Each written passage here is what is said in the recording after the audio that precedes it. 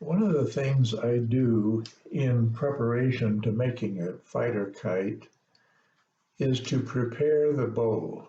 Now this is a piece of 0.06 inch diameter carbon fiber rod. It's a solid rod, 0.06 inches in diameter. And I'm going to use it in a kite I'm going to make. But before I use it, I've got to find out a couple of things about it in order for it to function correctly in my kite. One of the things I do is I sand just very briefly the edges of the cut ends of the rod. Those edges can be very sharp and can splinter and cause damage to your hands as well as potential problems in the kite. The other thing I do is I like to have the bridle, when it's attached to the bow, I like it to have the ability to rotate around the bow once it's tied, instead of gluing it, which is another option. Gluing it with drop of super glue works well, no problem. But what it does is it locks the position of the bridle onto the bow so that it cannot move. And I think that it might be beneficial. I'm not sure about this, of course, my opinion only. Don't take it as anything gospel here. But when the kite is moving in a kind of a parallel to the ground direction, I think it might be beneficial for the bridle to rotate around that bow to be able to be fairly parallel to the kite surface when it does that kind of a maneuver. So in having it do that, what I put on is small pieces of a heat shrink tubing. This is something I get at like Home Depot or online. You can buy this online in lots of places. Heat shrink tubing. This is about 0.06 diameter inside on this. So I cut a small piece here, you can see it pretty tiny, and I just slip it on here. And I slide it down near the center. And I put two of them on, one because I'm going to use a 3-point bridle. And on a 3-point bridle, there are 2 connections on the bow. And I'm going to have each connection come up to these, and these will become stops for the bridle line. I'll tie it on the outside edge of these once I got them placed correctly, and I'll glue these in place. The other thing I want to do is I want to make sure that I have this bow oriented correctly in the kite when I build the kite. And what do I mean by oriented correctly? Well, when carbon fiber is made, it isn't as perfectly round and perfectly straight and perfectly anything that you might expect from something coming out of a factory. But that's the case. And if you take a piece of carbon fiber rod and just hold it in your fingers like this, it will form a curve, just like this is.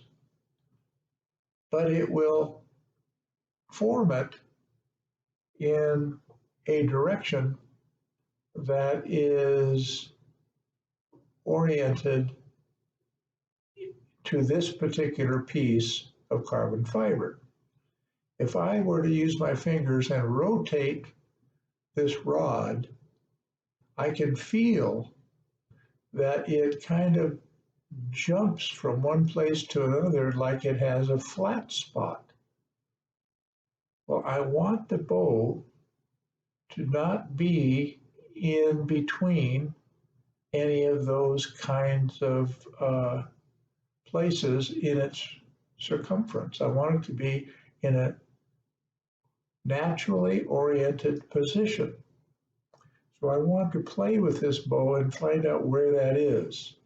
When I put it in the kite, I want that to be the way it installs in the kite. So if I know that ahead of time, I'm a little more aware and I can do a better job, and it'll become a better flying kite. Because what this does is when it's oriented correctly, it allows the kite to have a more equal amount of tension on the sail on the right side versus the left side of the spine.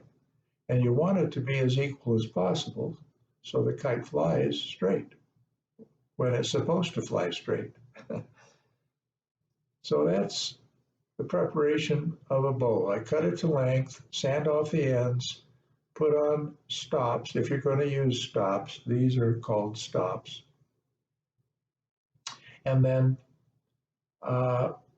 make sure I know where the orientation is so that if it's prominent or not very prominent, I want to know.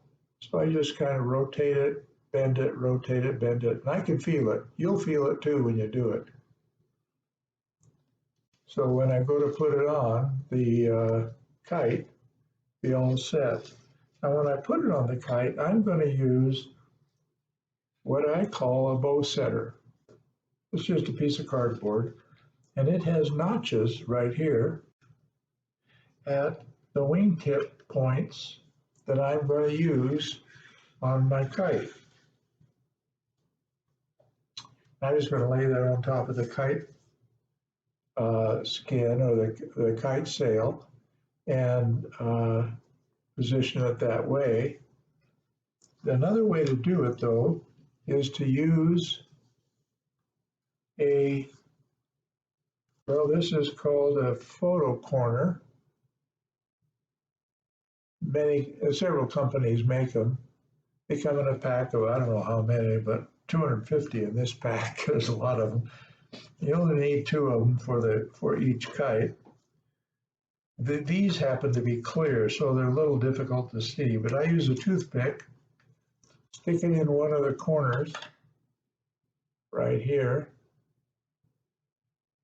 and when I'm ready to put the bow on the kite, I put this at the wingtip, and I don't use this bow setter idea. I position this at the wingtip, and I simply insert the bow into this photo corner. It's made of plastic, it's pretty strong, and I only use it really, my purpose is just to position the bow correctly in the kite as I'm building it. It's not, the glue of the fold over flap on the kite will hold the bow to the kite sail. That's what will really hold it. This idea here allows me to very easily position the bow correctly by simply putting one of these at each wingtip point. So I hope that's going to be useful information for you.